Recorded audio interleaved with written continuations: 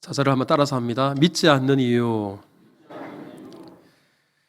믿음이 얼마나 귀한가, 또 믿음이 얼마나 중요한가, 이것은 우리 아무리 강조해도 지나침이 없을 겁니다. 성경은 믿음을 보배와 같다, 그렇게 말을 합니다. 또한 성경은 믿음을 금보다 귀하다, 그렇게 말씀을 해요. 성경 시대에서 보배와 같다, 금보다 귀하다, 이런 표현은 가장 가치 있는 것, 가장 귀한 것을 향해서 이렇게 표현을 합니다. 믿음이 그만큼 귀하다라는 겁니다. 우리 성경이 이렇게 믿음을 귀하게 말씀하는 데는 이유가 있어요. 우리 복음서를 보면 예수님께서 병든 자를 고치고 또 기적을 행하실 때, 그때 언제나 근거로 삼으셨던 게 있는데, 그게 바로 뭐냐면 믿음이에요. 자, 우리 마태복음 9장 29절에 보면 우리 앞을 보지 못하는 시각장애인들 예수님 만나셨어요. 그들의 눈을 만지시면서 예수님이 너희 뭐대로 되라? 믿음대로 되라, 말씀을 하시니까 이들의 눈이 떠졌어요.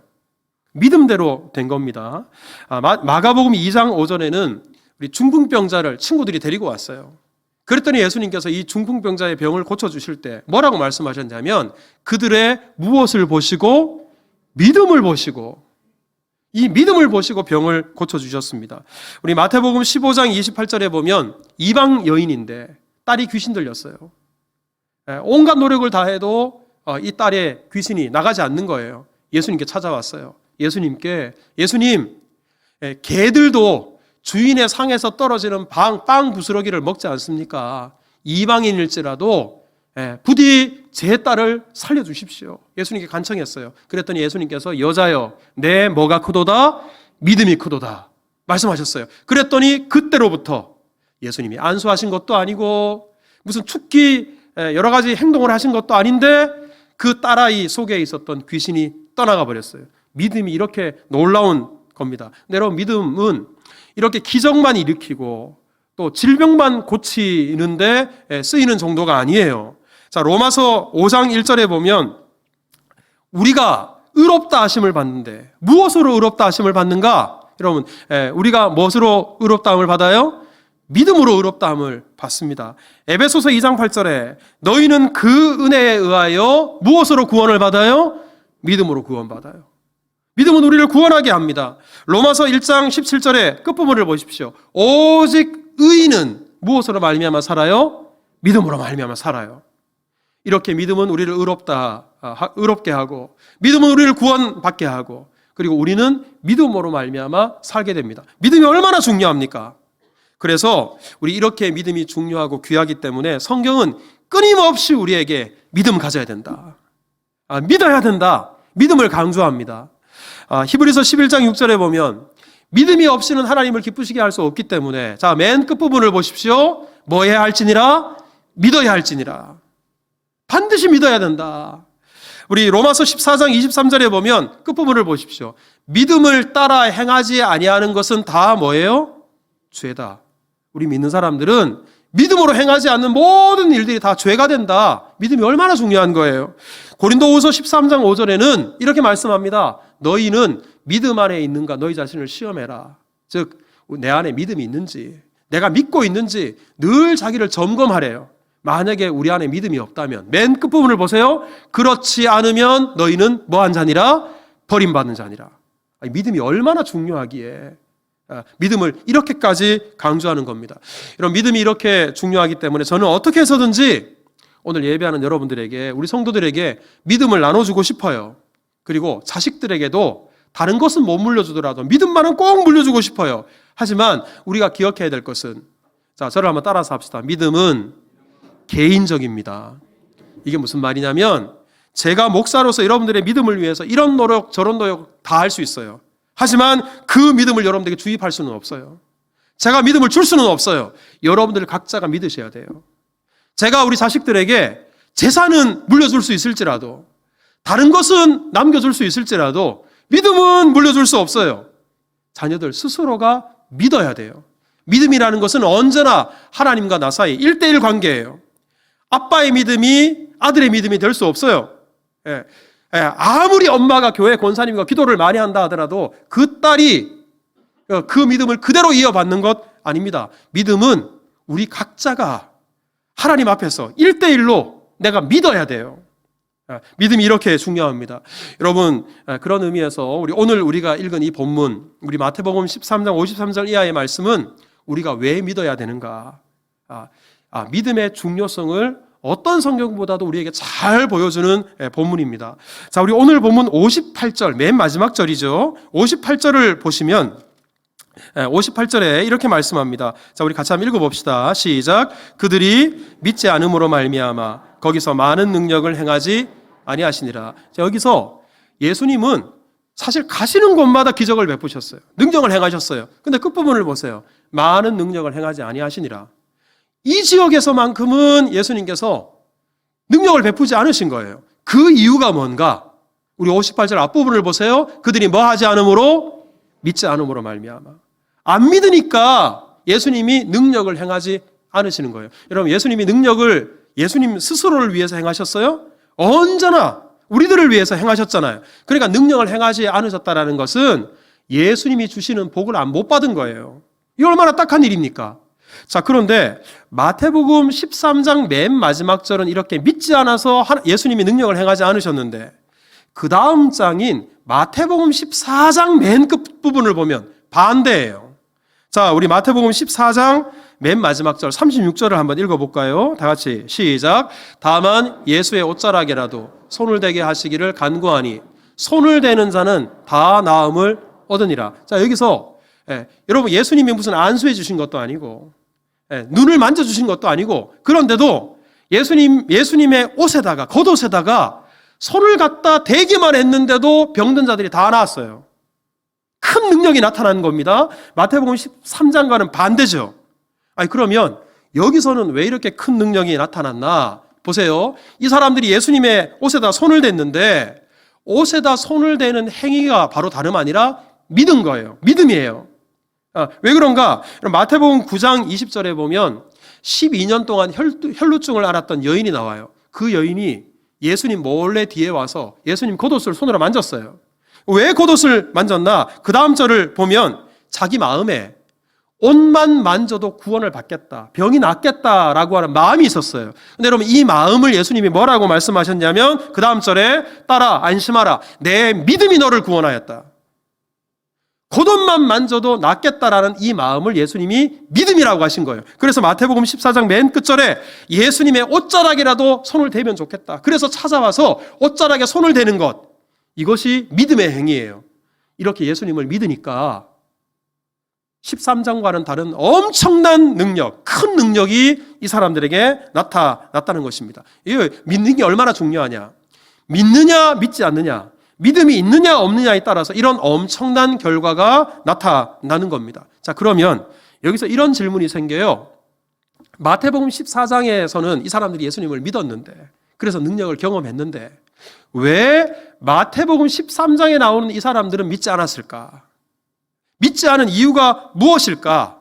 우리 오늘 본문을 묵상해 보면 적어도 우리 3가지 정도의 이유를 발견할 수 있어요. 자, 우리 먼저 첫 번째는, 자, 저를 한번 따라서 합시다.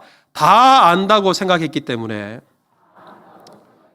다 안다고 생각하는 이 마음 때문에 예수님을 믿지 않았다라는 겁니다. 자, 그럼 오늘 본문 55절을 한번 보실까요? 자, 55절 같이 읽어요. 시작.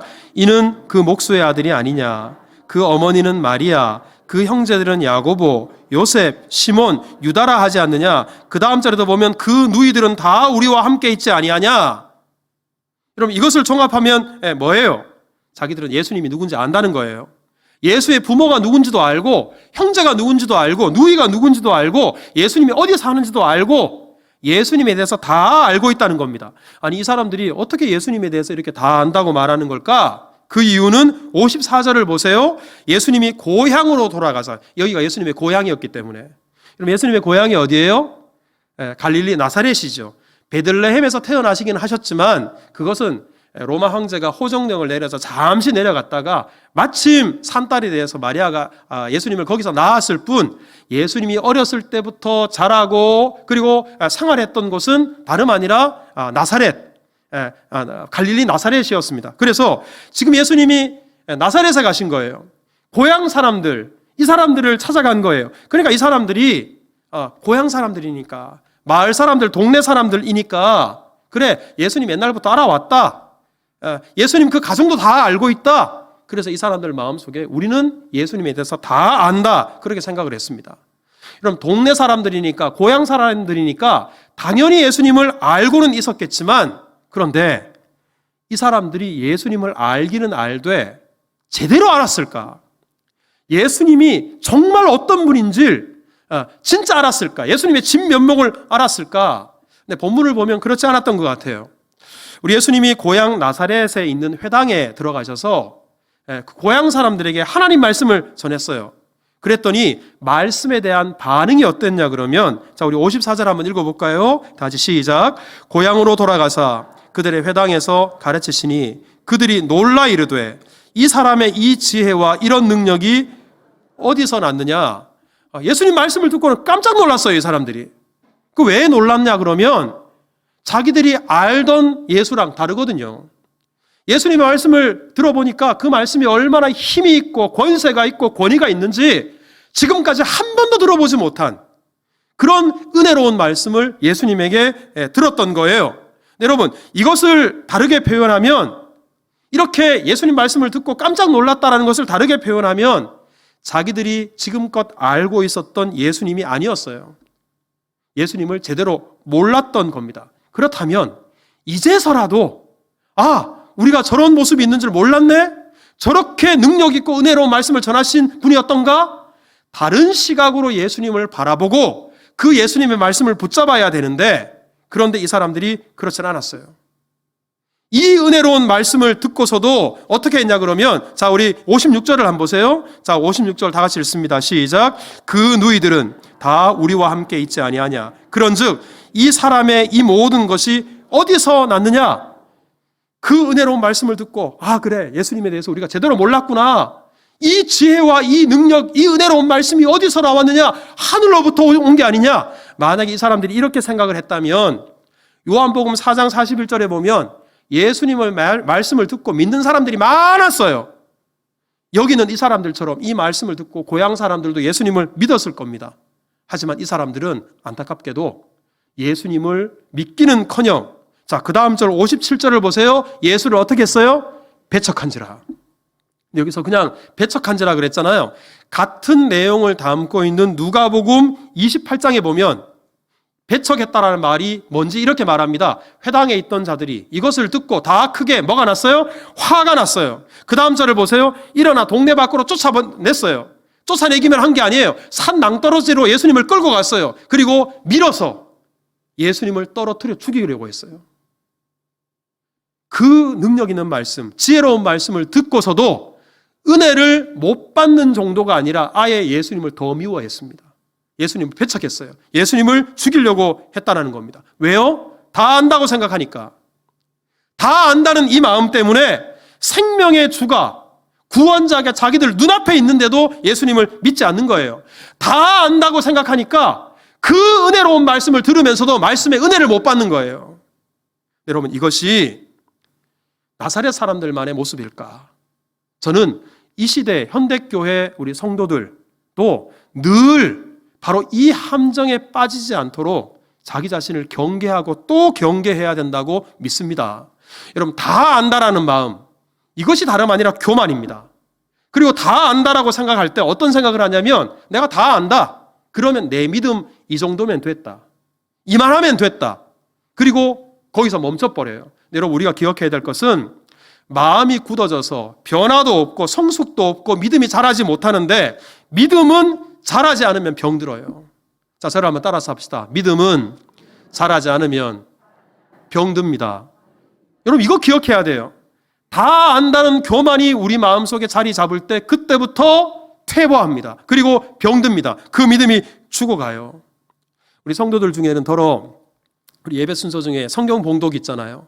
오늘 마태복음 13장 53절부터 쭉 읽어요. 읽으면서, 그리고 설교 제목을 보니까 오늘 믿지 않는 이유. 오늘 목사님 이런 설교 하겠구나. 나 다 알아. 옛날에 들었던 이야기야. 아니면 다른 목사님한테 들었던 이야기야. 이렇게 마음을 먹는 순간 귀가 닫혀요. 마음의 문이 닫혀요. 그리고 말씀이 은혜가 되지 않아요.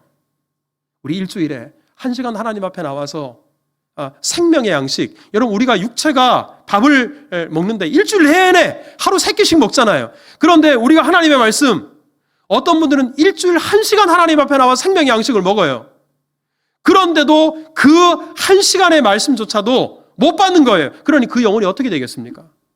안다라는 교만이 자리 잡을 때 그런 일이 생기는 거예요. 하반기에 우리 교회에서 성경 공부를 한다 그래도 나 다 알아. 지난번에 다 해봤어. 이런 마음이 드는 순간 이것은 나와는 상관없는 일이 돼버립니다. 근데 우리 교회에 우리 새로 등록하신 권사님들, 집사님들 중에 우리 새가족 공부를 다 끝내시고 저한테 그렇게 말씀하시는 분이 계세요. 목사님, 참 은혜 많이 받았어요. 제 신앙을 점검하는 기회가 됐어요. 우리 하나하나 정리가 됐어요. 이렇게 말씀을 하세요. 근데 제가 그 말씀을 듣는 순간에 제가 은혜가 돼요. 왜 그런지 아십니까? 그 권사님, 집사님들이 중직자예요. 다른 교회에서 일도 많이 하시고 신앙생활 한 해 두 해 하신 분들이 아니에요. 몇십 년을 하신 거예요. 근데 우리 교회에 새로 오시니까 새가족이잖아요. 그러니까 내가 죄인인지, 예수님이 나를 위해서 무엇을 하는지, 왜 믿어야 되는지 신앙의 아주 기본적인 것을 새가족 공부에서 배우거든요. 그러면 마음속에 그런 생각이 들 수 있잖아요. 내가 다 아는데 이거. 한 번, 두 번 들은 게 아닌데. 그러면 그것이 은혜가 되겠어요? 신앙을 점검하는 계기가 됐겠어요? 적어도 그 권사님, 집사님들은 이 새가족 공부에 임하면서도 가난한 마음을 가졌던 거예요. 다 안다라는 마음을 비웠던 거예요. 그리고 전사님을 통해서, 권사님을 통해서 말씀을 나누면서 그 말씀의 은혜를 받았던 거예요. 그러고 보면 다 안다라는 이 교만, 이것이 얼마나 우리에게 심각한 해악을 끼치는지, 우리 사랑하는 성도 여러분, 우리 성령께서 우리 가운데 은혜 주셔서 우리 안에 자리 잡고 있는 이 모든 교만들 다 뿌리치고 예수님 믿지 못하게 하는 이런 다 안다라는 착각들 다 버리고 가난한 마음, 겸손한 마음으로 주를 바라볼 수 있게 되기를 주님의 이름으로 축복합니다. 두 번째, 믿지 않았던 이유. 자, 저를 한번 따라서 합시다. 편견 때문입니다.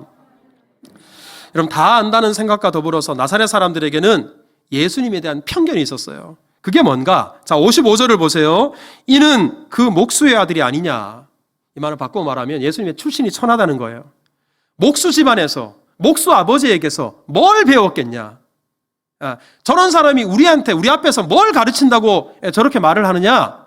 지혜롭고 능력 있는 말씀을 들으면서도 이런 편견을 가지고 너나 나나, 너나 우리나 뭐 다르다고 그렇게 말씀을 전하고 있어. 이 편견이 말씀을 듣지 못하게 하는 거예요. 여러분, 그 다음 부분도 보세요. 그 형제들은 야고보, 요셉, 시몬, 유다라 하지 않느냐? 그 누이들은 다 우리와 함께 있지 아니하냐?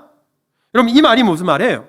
예수님의 고향 사람들은 예수님과는 자주 대화를 나누어 보지는 못했고 예수님과는 그렇게 부대끼며 가깝게 지내지 못했을지라도 예수님의 형제들, 예수님의 누이들, 예수님의 가족들과는 늘 같은 동네에서 마주하고 대화하고 부대끼며 함께 살아왔어요. 그러니까 누구보다 잘 알죠. 그러니 이 동네 사람들은 생각하는 겁니다. 부모도 우리가 알고 그 형제도 우리가 아는데 그 형제들이랑 늘 대화를 나눠보니까 이 사람들 별로 특별한 거 없더라.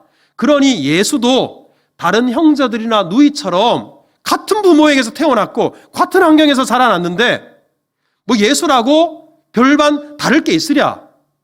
예수님에 대해서 그렇게 생각을 한 겁니다. 하지만 여러분, 예수님과 예수님의 형제들은 한 가족이지만 하지만 분명히 달라요. 왜냐 그러면 예수님의 형제들은 요셉과 마리아에게서 태어났지만 예수님은 아니에요. 예수님은 태초에 영원 전부터 하나님과 함께 하셨습니다. 하나님의 아들이십니다. 예수님은 성령으로 잉태되어서 동정녀를 통해 이 땅에 태어나셨습니다. 형제들과 다를 수밖에 없었어요. 하지만 이것을 당시 나사렛 사람들은 몰랐어요. 아니, 알았더라도 아마 이 고향 사람들은 이것을 받아들이지도 않았고 믿지도 않았을 겁니다. 자, 그런데요, 이 시대 우리 성도들 중에도 이것을 믿지 못한 채로 신앙생활을 하고 있는 성도들이 대단히 많아요. 이게 제 말이 아니라 실제로 우리 성도들에게 예수님이 동정녀 마리아에게서 성령으로 잉태되어 태어나신 것을 믿습니까? 라고 물으면 정말 이 사실을 가장 기본적인 하나님의 진리인데도 받아들이지 못하고 믿지 않는 사람들이 대단히 많아요. 여러분 어떠신지요?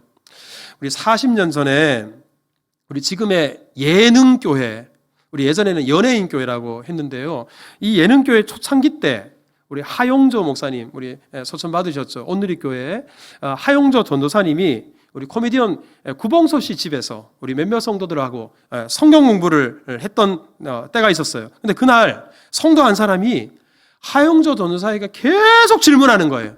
뭔 질문을 하냐 그러면, 아니 처녀가 아이를 갖는 게 이게 가당키나 한 말입니까?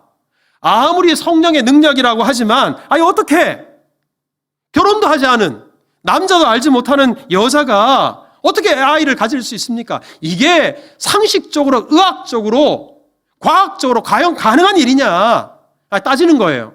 근데 이분이 그냥 적당히 따지고 마는 게 아니라 아예 그냥 집요하게 계속 이걸 물고 늘어지는 거예요. 나중에 이렇게 말하는 거예요. 그래, 뭐 그건 그렇다 치고 요셉은 약혼한 여자가 임신을 했는데 아니 어떻게 그런 여자를 아내로 맞이할 수 있는가? 뱃속의 아이가 내 자식이 아닌 게 분명한데 아니 어떻게 그런 여인을 자기 아내로 맞이할 수 있는가? 이게 상식적으로 이해가 됩니까? 이렇게 그냥 큰 소리 쳤어요. 그때 옆에 누워있던 구봉소, 그때는 신앙생활을 제대로 하지 않았을 때요. 하도 시끄러우니까, 하도 이 사람이 물고 늘어지니까 그 말을 듣고 한마디를 툭 던졌대요. 아니, 지 서방이 괜찮다는데 네가 왜 난리야? 가만히 생각해보면 그렇죠. 요셉이 괜찮다는데 왜 자기가 그렇게 떠들고 이게 맞냐 틀리냐 왜 따지고 있냐는 거죠. 여러분, 예수님은 하나님의 아들이십니다. 하나님의 아들이 동정녀의 몸을 통해서, 처녀의 몸을 통해서 이 땅에 오신 이유는 예수님은 죄가 없으셔야 돼요. 그래야 죄에 있는 우리의 죄를 대속하실 수가 있어요. 그 이유로 사람, 원죄가 있는 남자와 여자 사이에서 태어나신 것이 아니라 성령의 능력으로 처녀의 몸에서 예수님께서 태어나신 겁니다. 근데 여러분, 예수님께서 지금 나사렛 회당에서 지금 말씀을 가르쳤잖아요. 근데 이 가르침 속에 예수님이 어떤 말씀을 전하셨나? 우리 오늘 본문에 나오지 않지만 같은 내용을 담고 있는 누가복음 4장 16절에 보면 이런 말씀이 있어요. 자, 예수님께서 자라신 곳 나사렛에 가셔서 회당에 들어가셔서 성경책을 펼쳐서 성경을 읽었어요.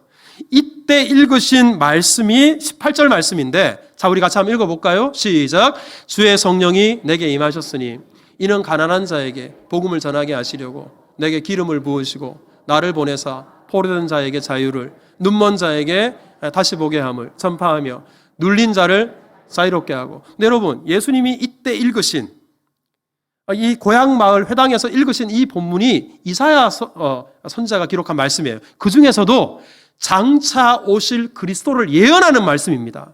근데 놀라운 것은 이 성경을 읽으시고 난 다음에 21절에 예수님이 이렇게 말씀하십니다. 이에 예수께서 그들에게 말씀하시되 이 글이 오늘 너희 귀에 응하였느니라. 여러분, 이게 무슨 말입니까? 이사야 선지자가 예언한 이 말씀이 지금 이루어졌다는 거예요. 바꿔 말하면 예수님이 바로 이사야 선지자가 예언한 바로 구원자다, 그리스도다. 여러분, 이사야서에서 보라 처녀가 잉태하여 아들을 낳을 것이요, 이사야 선지자가 그 말씀도 예언했어요. 그러니 예수님이 그리스도이신 것을 고향 사람들에게 분명히 밝히신 겁니다. 여러분, 이렇게 예수님이 자신이 그리스도고 자신이 구원자인 것을 밝혔음에도 고향 사람들은 편견 때문에, 우리가 그 형제도 다 알고 부모도 다 알고 어떤 사람인지 다 아는데 너나 나나 너나 우리나 뭐 다를 바가 있다고, 이 편견 때문에 예수님의 말씀을 듣지 못해요. 예수님의 말씀을 믿지 못해요. 그리고 예수님을 떨쳐내버립니다. 밀쳐내버려요. 예수님을 배척하게 된 것입니다. 때문에 여러분, 우리 또한 신앙생활 하면서 늘 경계해야 될 것이, 혹시 우리도 하나님과 우리 사이에 이 편견이 있지는 않은지, 성경 말씀과 우리 사이에 편견을 가지고 대하는 것은 아닌지, 그 편견이 각자마다 다를 거예요. 우리 코로나 이후에 교회에 대해서 우리 세상 사람들의 부정적인 생각이 대단히 많습니다. 이것이 편견이 되어서 교회에 진입하기가, 교회에 들어오기가 얼마나 어려운 줄 몰라요. 그런데 이것이 믿지 않는 사람들뿐만 아니라 믿는 사람들도 같은 시각으로 편견을 가지고 교회를 바라봐요. 제 말이 아니고 실제로 그렇습니다. 그러다 보니 점점 교회와 멀어져요. 점점 우리 예수님과 멀어져요. 우리 정치적인 문제, 이 개신교회가 이상하게 이 정치적인 문제와 맞닿아 있다 보니까 정치 문제 때문에 점점 하나님과 멀어져요. 교회와 멀어지는 분들이 실제로 계십니다. 목회자들에 대한 추문들이 끊이지 않다 보니까 자꾸만 이런 편견을 가지고 바라보고 있어요. 이현석 목사 저것도 말이야. 이런 마음이 들다 보면 그때부터 말씀이 은혜가 안 돼요.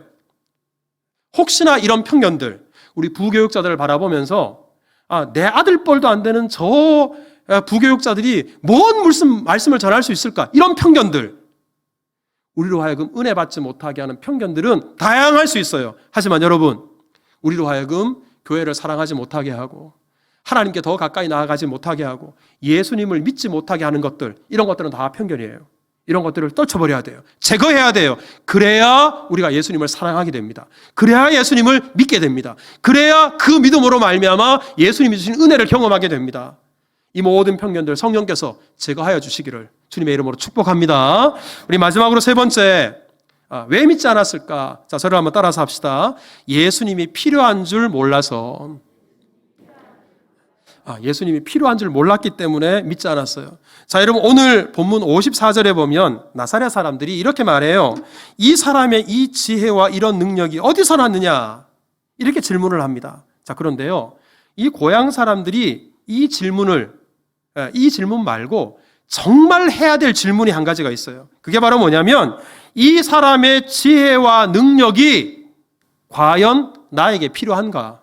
우리에게 필요한가?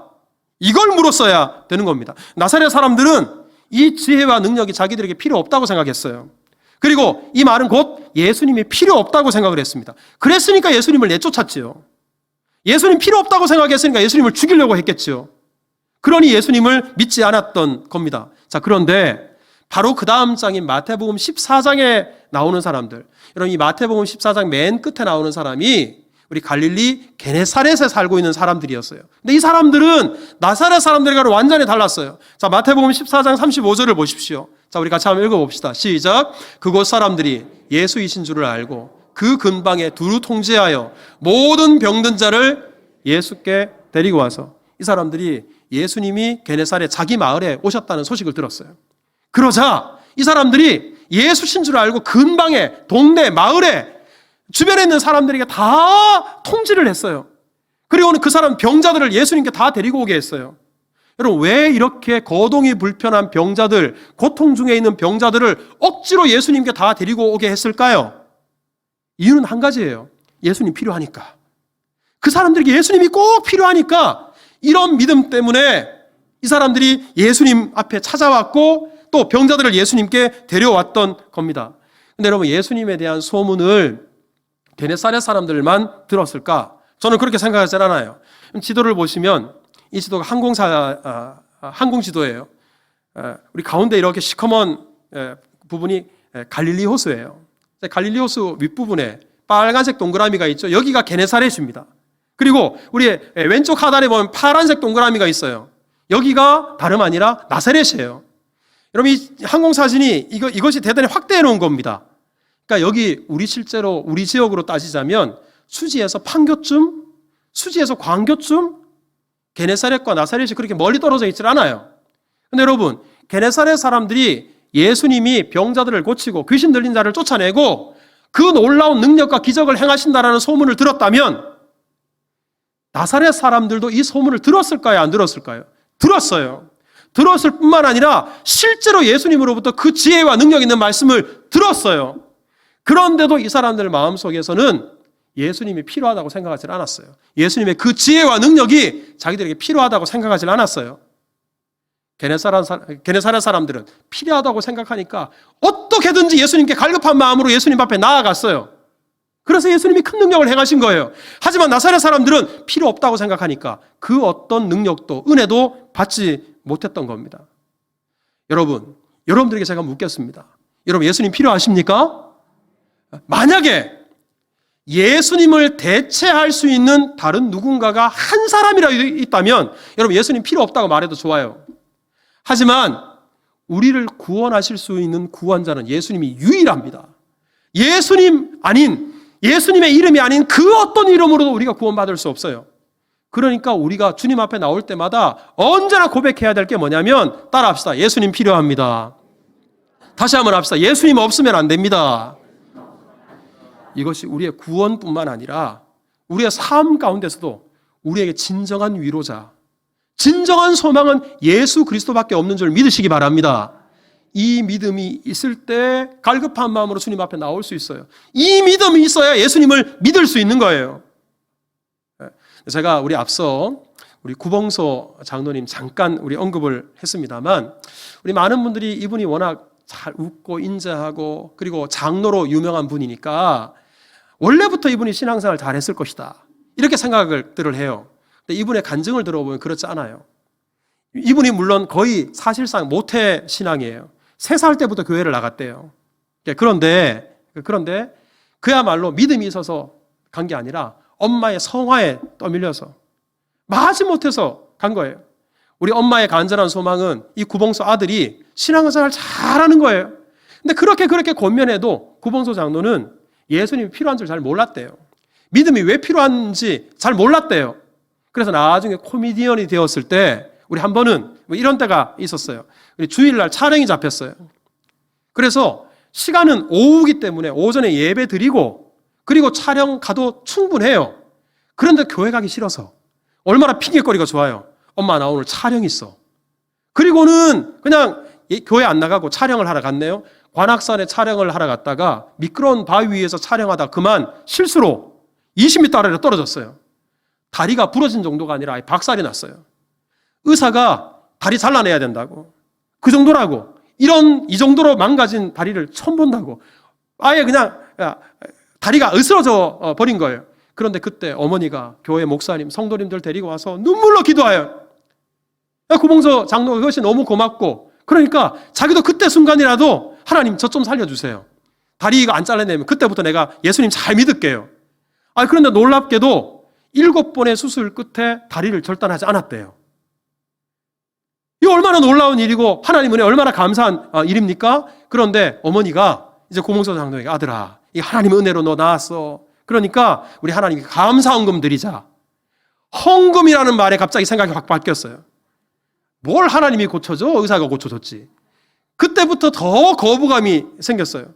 그런데도 어머니가 혼자 교회 나가실 수 있는데도 늘 아들이 교회까지 태워주기를 바랐어요. 그러면 엄마를 교회 앞에 딱 내려드리고 자기는 예배도 안 드리고 집에 가버렸대요. 그마저도 엄마 아빠가 다 돌아가시고 난 이후에는 교회 근처에 가는 일도 없었대요. 그러고 사는데 이번에는 부모님 돌아가시고 나니까 아내가 남편 좀 예수님 믿게 해야 되겠다고, 예수님 필요한데, 믿음이 필요한데 예수님 안 믿으니까 자기 집에서 성경 공부를 시작했대요. 그때 그것이 하영조 전사님 모시고 우리 성도님들, 우리 고은하 원사님 비롯한 그런 분들과 함께 성경 공부를 시작한 거예요. 그 성경 공부도 하기 싫어가지고 그 추운 겨울에 밖에서 오들오들 떨면서도 성경 공부하러 안 들어갔대요. 몇 날 며칠을 안 들어가고 있다가 밖에서 도저히 추워가지고 못 견뎌서 어쩔 수 없이 들어가니까 성경 공부하러 오셨군요. 나 공부하러 온 게 아니라 누워 자려고 옆에서 공부하는데 누워 엎드려 있었대요. 그러다가 아까 제가 말씀드린 것처럼 지 서방이 괜찮다는데 그것도 성경 공부 열심히 하다 그런 게 아니라 이렇게 아예 그냥 예수님 필요 없다고 생각한 거예요. 그럼에도 불구하고 아내가 계속해서 성경 공부 참여시키고 그리고 계속해서 기도하고 그러다가 나중에 다쳤던 다리가 재발합니다. 이번에도 아내가 목사님 모시고 와서 안수하면서 그렇게 눈물로 기도했어요. 며칠을 그렇게 했어요. 그랬더니 하루는 꿈속에 찬송이 들리는 거예요. 나 같은 죄인 살리신 주 은혜 놀라와. 식은땀이 흐르고 그리고 그때 다시금 예전에 처음에 우리 하나님께서 자기를 살려주셨는데 그 은혜를 잊어버린 것이 떠올랐어요. 그리고 그 찬송을 부르고 그 꿈을 꾸고 난 이후에 3일 있다가 정말 거짓말처럼 다리가 나와버렸어요. 주변에 있는 이 다양한 사람들이 예수님 믿도록 이렇게 간절히 기도하고 그렇게 나를 주님께로 인도하는 그 헌신 때문에 하나님께서 나를 불쌍히 여기셨구나. 그때부터 오히려 전혀 딴 사람이 되어서 장로까지 되고 예전에는 헌금 좀 하라 그랬다는 것 때문에 아예 교회에 등을 돌렸는데 예능교회 건축하는데 막대한 헌금을 하게 되고 외국까지 그리고 끝날 때까지 아름다운 여러 가지 기관들 섬기고 많은 희극인들, 많은 사람들 전도하는 일에 귀하게 쓰임받는 그런 삶을 살게 되었답니다. 여러분, 그분 또한 예수님 필요한 줄 몰랐어요. 하지만 게네사렛 사람들처럼 두루 통지하여 예수께로 인도한, 예수님 정말 저 사람 필요한데, 그런 헌신의 결과, 열매가 구봉서 장로였던 겁니다. 그래서 사랑하는 성도 여러분, 먼저는 내가 예수님 필요하다, 이 믿음이 있어야 돼요. 그리고 정말 예수님이 필요한데도 아직도 예수님을 멀리하는 영혼들, 그리고 코로나 이후에 믿음이 식어버리고 영적 침체 가운데 있는 이들, 그냥 우리가 방관하지 말고 그 영혼들을 위해서 기도해야 돼요. 우리 구봉서 장로님의 어머님처럼, 아내처럼 그렇게 그들을 주께로 인도해야 돼요. 예수님 외에는 구원자가 없으니까, 예수님 외에는 다른 소망이 없으니까. 이런 믿음으로, 믿지 않음으로가 아니라 더 간절한 믿음을 회복하는 우리 모두가 될 수 있기를 주님의 이름으로 축복합니다.